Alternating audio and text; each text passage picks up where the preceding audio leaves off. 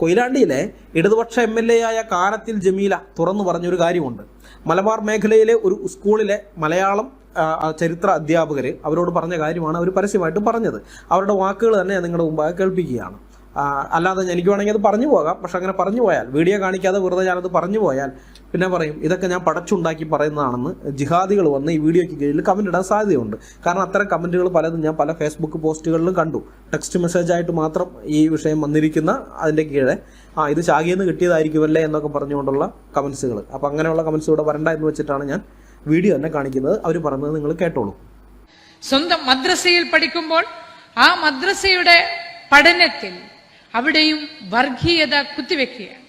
കഴിഞ്ഞ ദിവസം ഞാൻ ഒരു നമ്മുടെ കോഴിക്കോട് ജില്ലയുടെ ഒരു ഭാഗത്തൊരു സ്കൂളിലെ പരിപാടിക്ക് പോയപ്പോൾ ആ സ്കൂളിലെ അധ്യാപകൻ എന്നോട് പറയുകയാണ്, വളരെ പ്രയാസപ്പെട്ടാണ് പറയുന്നത്, ഇവിടെ എല്ലാ വിഷയങ്ങളും പഠിപ്പിക്കുവാൻ വേണ്ടി ഞങ്ങൾക്ക് പറ്റാറില്ല പ്രസിഡന്റ്, ഞങ്ങൾ വിചാരിച്ചതുപോലെ. മലയാളം അധ്യാപകനാണ് പറയുന്നത്. മലയാളം അധ്യാപകൻ പറയാണ്, ചരിത്ര അധ്യാപകനും എൻ്റെ വണ്ടിയിൽ യാത്ര ചെയ്തപ്പോൾ അവർ പറയാണ്, എല്ലാ വിഷയവും മനസ്സറിഞ്ഞ് ഞങ്ങൾക്ക് പഠിപ്പിക്കുവാൻ വേണ്ടി കഴിയുന്നില്ല.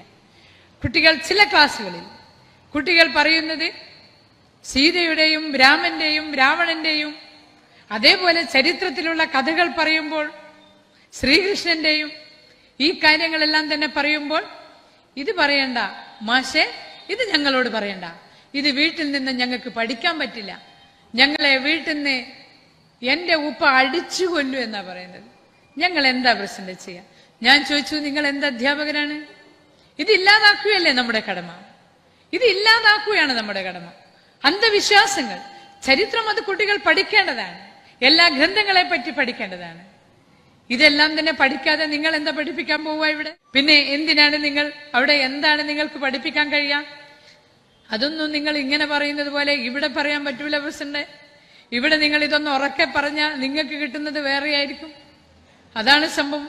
ഇതാണ് നമ്മുടെ രാജ്യം, ഇതാണ് നമ്മുടെ സാഹചര്യം, ഇതാണ് നമ്മുടെ കുട്ടികൾ വളരുന്നത്. അതാണ് വീട്ടിൽ നിന്നും വിഷം കുത്തിവെച്ചുകൊണ്ട് മതം, നമ്മുടെ ഒരു മതം മാത്രമേ ഉള്ളൂ, മറ്റവന്റെ മതം, അത് അന്യജാതിക്കാരനെ അന്ന മതക്കാരനെ ആ ഭാഗങ്ങളിലെ പുസ്തകം പോലും വായിക്കുവാൻ വേണ്ടി വീട്ടിൽ പറ്റുന്നില്ല എന്ന് പറയുമ്പോൾ ഒരുപാട് മാറ്റം വരേണ്ടെന്ന നമ്മുടെ ഏറ്റവും നല്ല സാംസ്കാരികമായിട്ട് ഉയർന്നു പ്രവർത്തിക്കേണ്ടുന്ന ഈ കാലം, ഇന്ന് നമ്മുടെ കുട്ടികൾ വളരുന്നത് ഏത് ലോകത്താണെന്നൊന്ന് നോക്കി.